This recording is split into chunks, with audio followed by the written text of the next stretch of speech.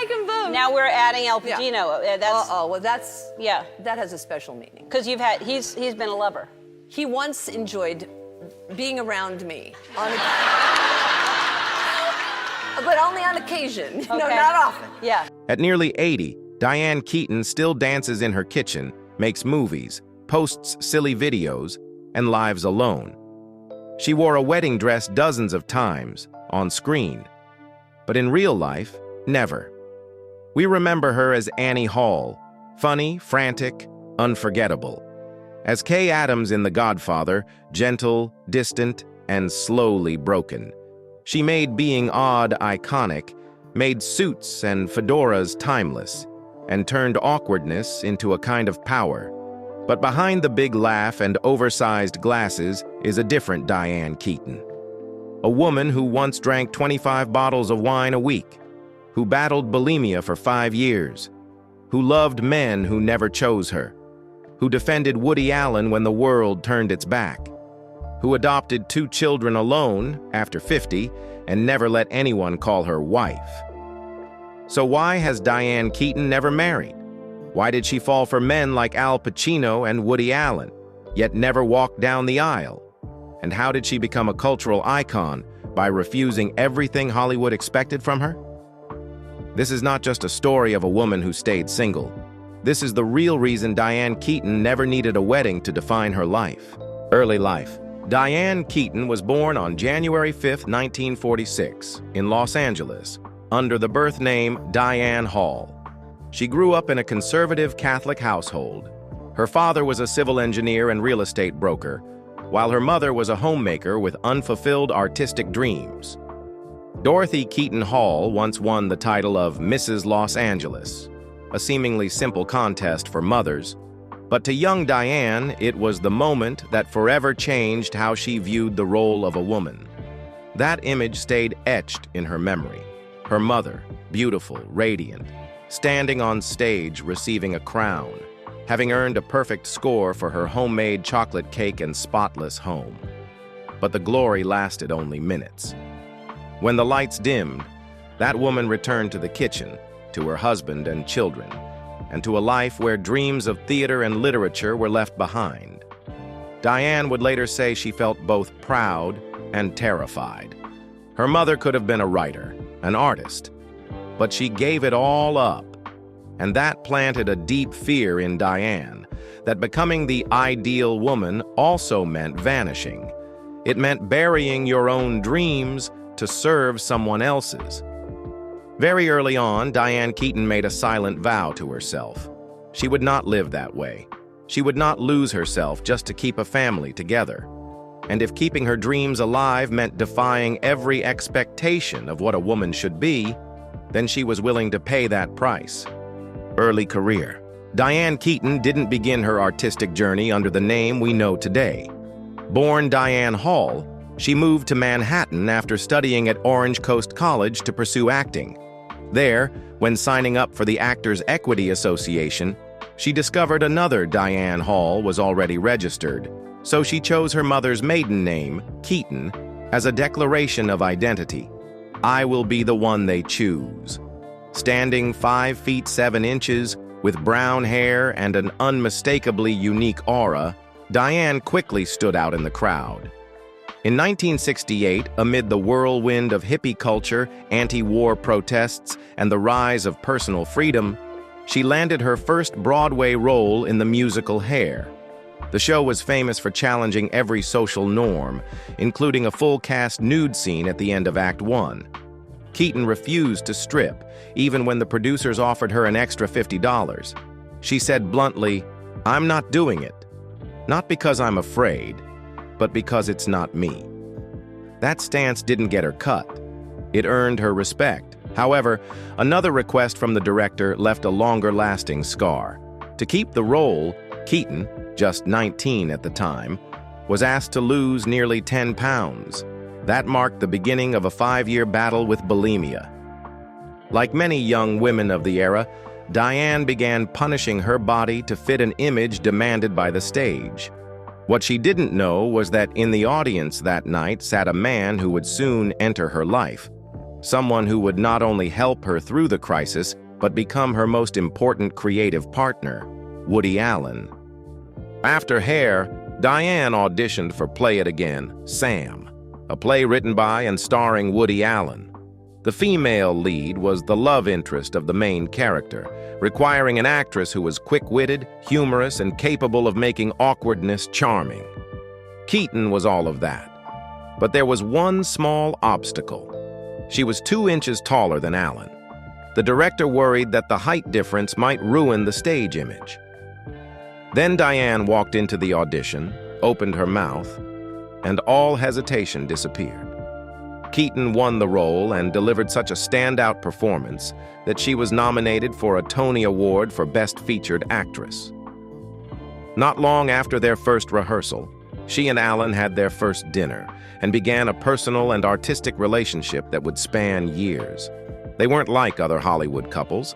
Diane didn't try to be seductive, she simply was herself. And Allen, with the instincts of a true artist, recognized that Keaton wasn't a typical star. She was something else. Soon after, Diane made her film debut in Lovers and Other Strangers, 1970, and was then cast by Francis Ford Coppola as Kay Adams in The Godfather, 1972. Though she wasn't a familiar face, Coppola saw what he needed in her, a gentleness that wasn't simplistic, a distance that still drew people in, and with just a few scenes in the most iconic mafia film in cinematic history, Diane Keaton, the eccentric girl from Broadway, officially stepped into Hollywood. Career success. Though Diane Keaton had only touched the surface of cinema with a few minor roles, it was already clear she wasn't the kind of actress anyone could predict. She didn't try to please. She didn't mold herself to fit public tastes. But it was precisely this offbeat quality that began to attract major directors, especially Francis Ford Coppola. While casting The Godfather, Coppola saw something in Keaton that most others didn't: a compelling sense of vulnerability, a quiet femininity charged with inner strength, something he believed would make her the perfect counterpoint to Michael Corleone. Despite Keaton being a virtual unknown in Hollywood and dismissed by some as too quirky, Coppola personally invited her to play Kay Adams. It was a controversial choice at the time, but time proved him right. The Godfather didn't just immortalize Marlon Brando, Al Pacino, or Robert Duvall. It quietly turned Diane Keaton into an indispensable presence in a cinematic world dominated by testosterone. The film was an instant triumph, but it was The Godfather Part II, 1974, where Keaton's role as Kay truly exploded. She returned as the woman once promised a normal life, far from the criminal underworld. But what Kay received instead was power's shadow and one slammed door after another. She wasn't the central figure. There were no action scenes, no iconic monologues. Yet every time she appeared, audiences felt something rare in that violent world: the real human cost of loss. One of the most unforgettable scenes is when Kay confesses to having had an abortion, not for health reasons, but because she would not bring another child into Michael's world. That declaration didn't just sever her relationship with Michael, it was a final rejection of the entire Corleone empire. The ending, when Michael silently shuts the door in her face, remains one of the most haunting moments in cinematic history. No guns, no screams, just a glance and silence. And in that silence, Diane Keaton became the emotional metronome of a power tragedy. The film wasn't just acclaimed, it made history. The Godfather Part II won 6 Oscars, including Best Picture, Best Director, Francis Ford Coppola, Best Supporting Actor, Robert De Niro, Best Adapted Screenplay, Best Original Score, and Best Art Direction. Roger Ebert called it a masterpiece of American tragedy, while Time and Empire gave it near-perfect scores. The domestic box office surpassed $93 million on a $13 million budget, enormous for its time, not counting home video and later digital revenue. Though the first installment was a bigger commercial hit, Part 2 is the one honored by the American Film Institute, AFI, ranked number 32 on its list of the 100 greatest American films of all time, AFI 2007. It became the foundation for classic successors like The Sopranos, Breaking Bad, and Succession. And Diane Keaton? Though not the narrative's center, her portrayal of Kay Adams became the quiet linchpin, the silent bolt that held the entire story from collapsing into a cold tale of power. She was the only one who dared to say no to Michael, who dared to walk away even while bleeding inside, and that made Diane Keaton, the 5'7" oddball woman, an irreplaceable part of a masterpiece that Hollywood never stops talking about. When The Godfather Part 3 premiered in 1990, Diane Keaton returned once again as Kay, now a seasoned woman, more grounded, less romantic. 2 decades had passed since the original, and Kay was no longer the bystander to the Corleone Empire, but the only one left who dared to question, who dared to hold on to humanity in an increasingly ruthless world. Unlike its predecessors, however, Part 3 wasn't received with the same warmth. It still achieved commercial success, grossing over $136 million globally on a $54 million budget, and earned 7 Oscar nominations, including Best Picture, Best Director, and Best Supporting Actor, Andy Garcia. But critically, it was divisive. Some reviewers deemed it ambitious but shallow, even calling it the weakest chapter in the legendary saga. The New York Times labeled it an unfinished canvas, while Roger Ebert described it as filled with beautiful moments but missing the mythic finale of its predecessors. Diane Keaton's portrayal of Kay wasn't exempt from the criticism. Time once dismissed her performance as invisible, a wife perpetually standing outside the games of power. But that very invisibility, when seen closely, was the point. In a world where men fought over blood, legacy, and control, Kay represented everything they had lost: love, family, kindness, and the price of choosing power over the ones who stayed. Keaton never set out to become a feminist icon, but simply by existing in the frame, quietly, calmly, unapologetically, she left a resonant impact. While Part 3 may not be held in the same regard as its predecessors, omitting Kay Adams would be a mistake. She was the woman who never belonged to the mafia world, yet always stood as a reminder of what cruelty costs.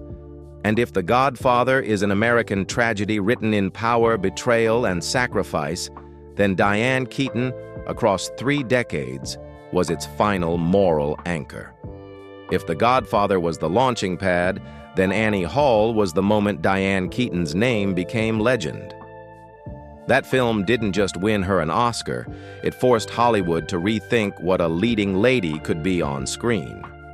Originally titled Anhedonia, Annie Hall began as a 150-minute sprawl filled with tangents and lost scenes. Co-writer Marshall Brickman even thought it was unfixable. But through a painstaking post-production process, Woody Allen transformed that messy draft into a focused narrative centered on the relationship between Alvy and Annie. The final result was a tight 93-minute film, raw, honest, and emotionally resonant. Filming lasted 10 months, with many scenes revised or scrapped entirely. Even moments like the philosophical basketball game or the cello-playing doctor were cut to preserve a simple, effective rhythm. It remains one of cinema's clearest examples of how editing can shape the entire structure of a film. Released in April 1977, the movie topped the U.S. box office for 3 consecutive weeks. With a modest $4 million budget, Annie Hall grossed over $38 million, making it Woody Allen's highest-grossing film when adjusted for inflation. That year, it ranked 7th in domestic earnings, beating out several bigger-budget blockbusters. Annie Hall won 4 major Oscars: Best Picture, Best Director, Best Original Screenplay, and Best Actress for Diane Keaton. It also claimed 5 BAFTAs and 1 Golden Globe. The National Society of Film Critics named it Best Film of the Year. Esteemed critics like Roger Ebert called it a modern romantic comedy masterpiece. But perhaps the film's biggest cultural impact came not from the script, but the wardrobe. Diane Keaton didn't dress according to the script. She brought her own everyday style to Annie. Oversized shirts, slouchy trousers, vests, fedoras, loose ties. Woody Allen initially objected, but ultimately let her take control. Some pieces were from Ralph Lauren, but the styling was entirely Keaton's own. Surprisingly, audiences embraced it. The Annie Hall look exploded. Masculine blazers, eclectic layering, women wearing men's clothes became a full-blown fashion trend, influencing late 70s style and designers like Ralph Lauren and Donna Karan. The role of Annie Hall was written for Diane Keaton, not just in dialogue, but in spirit. A smart woman, prone to anxiety, a dreamer who wanted to sing, awkward in love, not sexy in a conventional way, not the airbrushed magazine ideal, but audiences saw themselves in her. When Annie stammered, when she laughed nervously, when she quietly walked away from love, Diane Keaton wasn't acting. She was simply being. And that's exactly what made Annie Hall not just a film, but a cultural cross-section, a turning point that changed how Hollywood saw women. A moment that transformed Diane Keaton from that quirky actress who played Kay Adams into the face of a new wave. Modern women, complex, unapologetic, and entirely themselves. After Annie Hall, Diane Keaton didn't settle into a mold. She refused to be boxed in as the funny leading lady and instead pursued a wide range of roles, serious, tragic, romantic, even middle-aged. In 1981, she reunited with Warren Beatty in Reds, a historical epic about American journalist John Reed. As Louise Bryant, Keaton delivered a performance rich in emotional depth and transformation, earning her a third Oscar nomination. It was one of her most demanding roles, historically, psychologically, and in terms of screen time. Nearly 2 decades later, she appeared in Marvin's Room, 1996, alongside Meryl Streep and Leonardo DiCaprio, portraying a resigned woman caring for her aging father and emotionally damaged sister. The role earned her another Oscar nod, this time for the quiet emotional weight and nuanced understanding of family dynamics. That same year, Keaton also made her mark in The First Wives Club, a comedy with strong feminist undertones which turned her, Goldie Hawn, and Bette Midler into symbols of reclaiming power for the women left behind. And even after turning 50, Diane Keaton kept shattering expectations. In Something's Gotta Give, 2003, she starred opposite Jack Nicholson as a single screenwriter, witty, vulnerable, and full of life. The film became a box office hit, won her a Golden Globe, earned her yet another Oscar nomination, and proved this: women over 50 could still be the center of the story, of love, sex, and self-discovery. From the quirky girl in Annie Hall, Diane Keaton steadily established herself as a multi-dimensional actress, never flashy, never chasing trends, but always present at the rawest edge of emotion. But Diane Keaton has never been just an actress. She once ventured into directing. Unstrung Heroes, 1995, received positive reviews. Though she didn't continue down that path, the film stood as proof of her independent, delicate, and emotionally intelligent storytelling. Off-screen, she would spend hours wandering with a camera in hand, capturing street corners, quiet homes, and fleeting moments with the obsession of someone who truly saw beauty in the ordinary. For Keaton, photography wasn't a hobby. It was a way to preserve silence in a world always too loud with men's voices. In many ways, every time Diane Keaton lifted her camera, she was living for her mother, the woman who quietly passed down the gift of seeing what others overlook. She was also deeply passionate about architecture, designing and restoring a series of Spanish-style estates in California, then selling them at high value. No hired experts, no celebrity branding. She did it her way, quietly but meticulously. In 2012, Diane released her memoir, then again, not to recount success, but to speak with her late mother. She wrote as if in conversation with herself, recalling a childhood of absence, silent wounds, and a coming-of-age journey that required no male approval. The New York Times praised the book for balancing irony with gratitude, and once again, people saw that Keaton never needed to shout to make herself heard. She also became a fashion icon, almost by accident. With her wide-leg trousers, men's blazers, loose ties, and signature fedora, Diane Keaton appeared as if she couldn't care less about trends. But that very defiance ended up defining an entire decade. The Annie Hall look became a global phenomenon. Ralph Lauren drew inspiration from her. Fashion magazines couldn't ignore the image of the woman who didn't ask permission to be different. There's something not many people know. Keaton once lent her voice to an original recording of the song Hair, but it wasn't enough. Throughout the 1970s, in her search for new creative outlets, she experimented with a singing career, openly expressing her longing to become a vocalist. In 1977, she even began recording tracks for a solo album. Unfortunately, it never came to fruition. Personal life and heartbreak. Diane Keaton experienced several complex romantic relationships with her co-stars, but none left a deeper mark than Al Pacino. They first met on the set of The Godfather, 1971. Diane was immediately drawn to Pacino, describing him as a lost soul, mysterious, distant, and yet so magnetic she couldn't look away. What followed was a relationship that defied labels, unclear, unpublicized, with no red carpet photos, and it stretched over nearly 2 decades, marked by breakups and reconciliations. The Godfathers, to me, were about Al, Keaton once said, a quiet confession that beneath the roles and acclaim, it was this relationship that remained the emotional core of her life. Everything seemed to shift when they reunited for The Godfather Part 3.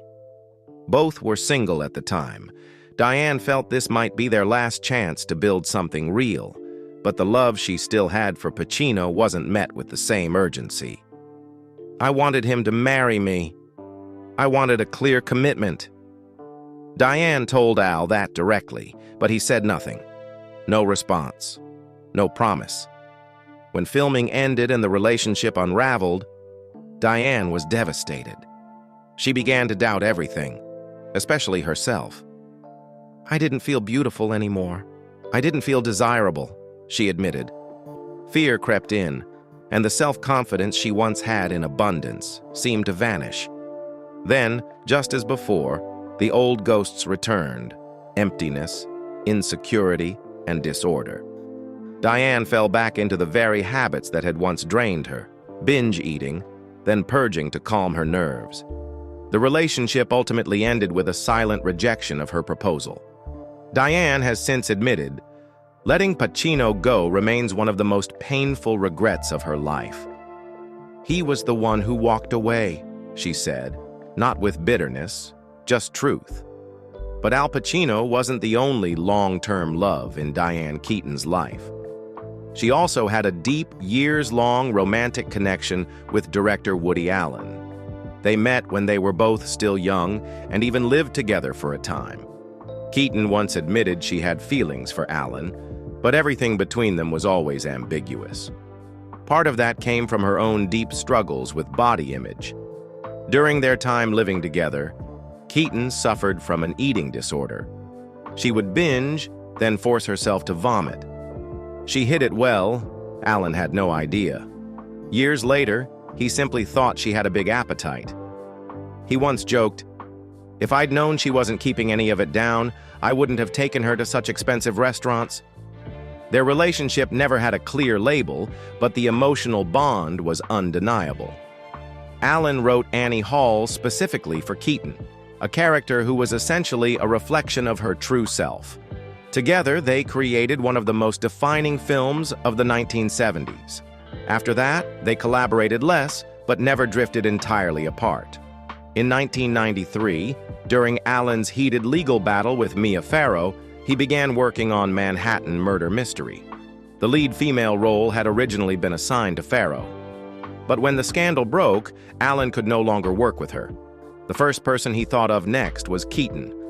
Keaton accepted without hesitation, not because the role was particularly brilliant, but because she had once been his girlfriend, his close companion, and still held a unique affection for him. She stepped into the project at a time when many others were turning their backs on him. For Keaton, it was a simple act, helping someone who had once mattered. No explanation needed, no justifying required. Allen had been an important part of her life, and in his darkest moments, she didn't want him to face the storm alone. Before her relationship with Al Pacino ended, Diane Keaton also briefly dated Warren Beatty, her co-star in Reds, 1981. At the time, Beatty was one of Hollywood's most sought-after stars, famous for his striking looks and complicated romantic history. Keaton, with her unconventional style and trademark bluntness, once said, "I loved Warren. Who didn't?" But beneath that magnetic charm were two strong personalities, too different to truly sync long-term. The relationship didn't last, and both remained discreet about it afterward, as if it had simply been a fleeting chapter between two grown-ups. Years later, in the late 2000s, Diane Keaton stirred media buzz once again, this time over a rumored romance with Keanu Reeves, her younger co-star in Something's Gotta Give, 2003. In the film, Reeves played a young doctor smitten with Keaton's character. And it turned out, the chemistry may not have ended when the cameras stopped rolling. They were spotted dining together a few times, appearing at events side by side, and rumors of a romance quickly followed. Yet neither confirmed nor denied anything. The story ended in silence, like many things in Keaton's life. But regardless of how long these relationships lasted or how much the world talked about them, in Diane Keaton's heart, there was only one name that truly left a scar: Al Pacino. She once said, "I've always been drawn to complicated men, but only once in my life did I love someone enough to want them to choose me, and they didn't." That kind of honesty, mixed with a pain that never fully healed, made Diane Keaton's love life something rare. A lifelong search for connection, without ever surrendering her freedom. The story ended in silence, like so many others in Keaton's life.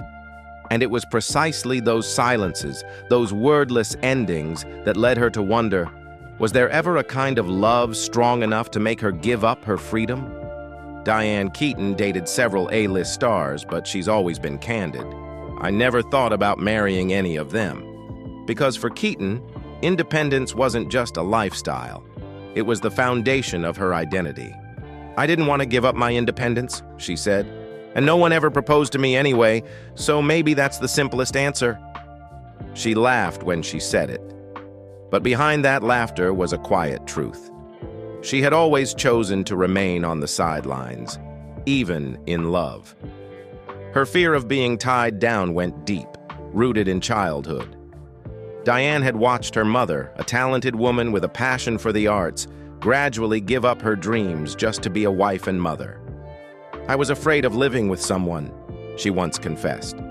And that memory became the biggest reason Keaton ultimately chose not to marry, even though at times she longed to be loved, to be chosen, to be someone's permanent person. But one moment changed how Diane Keaton viewed family: the death of her father. After that loss, for the first time, she felt the urge to care for someone else. At age 50, she decided to become a single mother by adopting. "It was the most humbling experience I've ever had," she said. In 1996, Diane adopted her first child, a daughter named Dexter. 5 years later, at 55, she adopted a second child, a son named Duke. She didn't need marriage to have a family. She built her own version of home, later than most, but filled with intention and love. One reason she waited so long was because she had hoped to have a strong relationship before becoming a mother. "But that never happened for me," she said, "and I wasted too much time just waiting." Dexter, Diane's eldest, chose not to pursue Hollywood. She attended the University of Arizona, leads a private life, and only occasionally appears with her mother at major events. In October 2021, Dexter married Jordan White, and Diane wore her signature white suit to the wedding. She didn't want to steal the spotlight, didn't want to outshine her daughter. She just wanted to be a mother, and maybe a grandmother. Dexter now shares glimpses of her life on Instagram at mrs.whitenoize and recently joined Diane at the TCL Chinese Theater handprint ceremony, a moment that marked a new chapter for both mother and daughter. Duke, Diane's son, also steers clear of the limelight like his sister. He has a passion for photography, just like his mother. And for Diane, that's a quiet joy, seeing a childhood passion live on in another generation. Keaton once said, "Becoming a mother at 50 was something I never imagined, but maybe everything happens at the right time." She has no regrets about not marrying, no regrets about not following a conventional life plan. Diane Keaton created her own definition of family and lives it fully, guided by the voice of her own heart. Diane Keaton has long been known for her eccentric habits, to the point where she herself admits she's not normal. In one now famous interview, she once joked, "I never sleep with anyone twice, unless they own a dog." And that's not the only thing. Her eating habits once shocked even her closest friends. For a long stretch, Keaton drank up to 25 bottles of wine a week, mostly with breakfast. Though she eventually stopped, she confirmed the routine was real, and that for a time it was simply part of her everyday life. Keaton also has a passion for buying and restoring old Spanish-style homes, personally redesigning and decorating every detail. Yet she rarely stays in one place for too long, as if always in motion, unwilling to be tied down by any space or routine. As for her personal style, she has remained loyal to men's suits, fedoras, and loose ties, a fashion choice completely against the grain for Hollywood women at the time. "I dress for me, not for anyone else," Keaton once said, and it was true. She never felt the need to follow any standard, whether in love, family, or fashion. But perhaps the most controversial thing about her is her loyalty to the past. Since Dylan Farrow's controversial 2014 op-ed resurfacing allegations of sexual abuse at the hands of Woody Allen, Diane Keaton has repeatedly stood by the filmmaker and former boyfriend who directed her Oscar-winning performance in Annie Hall. Even now, after singing his praises during a strange Academy tribute and speaking openly to the press about their friendship, Allen responded by explaining just how much Keaton means to him. "I'm very close with her," Allen told the Daily Beast in a recent interview promoting his film Magic in the Moonlight. "We always talk on the phone, and we see each other when she's in town or I'm out there." In fact, the two remain so close that Allen said he'd love to reunite with her on screen. "I'd love to work with her," he admitted before acknowledging some hurdles. "She's got 2 kids and big expenses, and if she were to act in a Woody Allen film, she'd have to be able to make what we can afford to pay. She can't always do that. These days, she mostly works for money, and my films pay minimum union scale." Allen went on to say that Keaton now has other pursuits. "She spends most of her time writing books, doing movies for income, or experimenting with television series. But if I had the right script and the right role, she'd say yes immediately, and nothing would make me happier." Fortunately, Keaton recently joked that a steamy scene with a few handsome actors like Ryan Gosling, Bradley Cooper, or Clint Eastwood might be just the thing to draw attention to a low-budget project. Diane Keaton has never lived to satisfy anyone's mold, and she's never apologized for it. She chose not to marry, chose to become a mother at 50, chose to stand by Woody Allen during the height of the Me Too storm. To many, that's courage. To others, it's contradiction. But maybe it's those very choices, the ones no one else dares to make, that make her so unpredictable and so unforgettable. What do you think of Diane Keaton's life philosophy?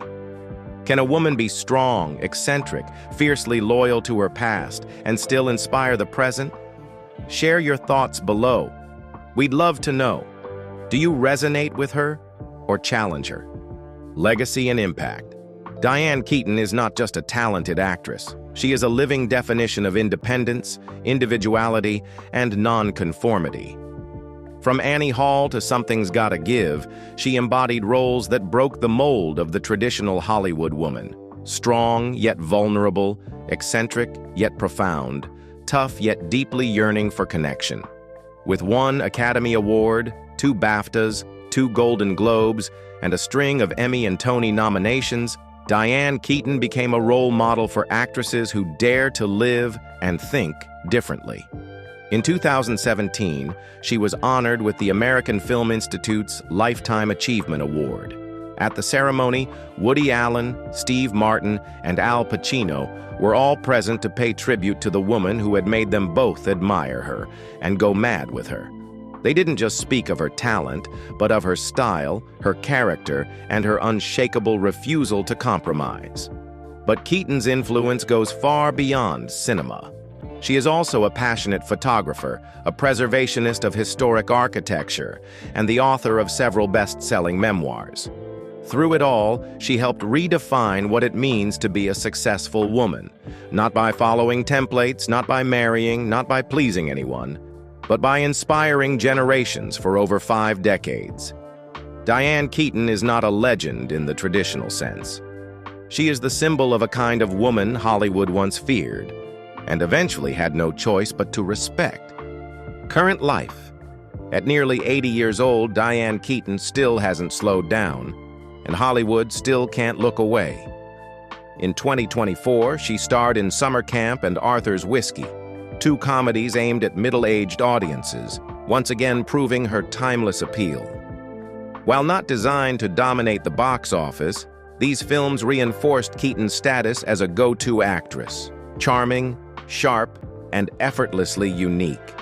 Beyond acting, she continues to pursue her passion for design and architectural restoration. Her Spanish-style villa in Los Angeles, personally restored by Keaton herself, was recently listed for nearly $29 million, drawing media attention for its rare, classic beauty. On social media, Keaton has nearly 3 million followers on Instagram, where she shares humorous dance videos, family snapshots, and simple, everyday moments.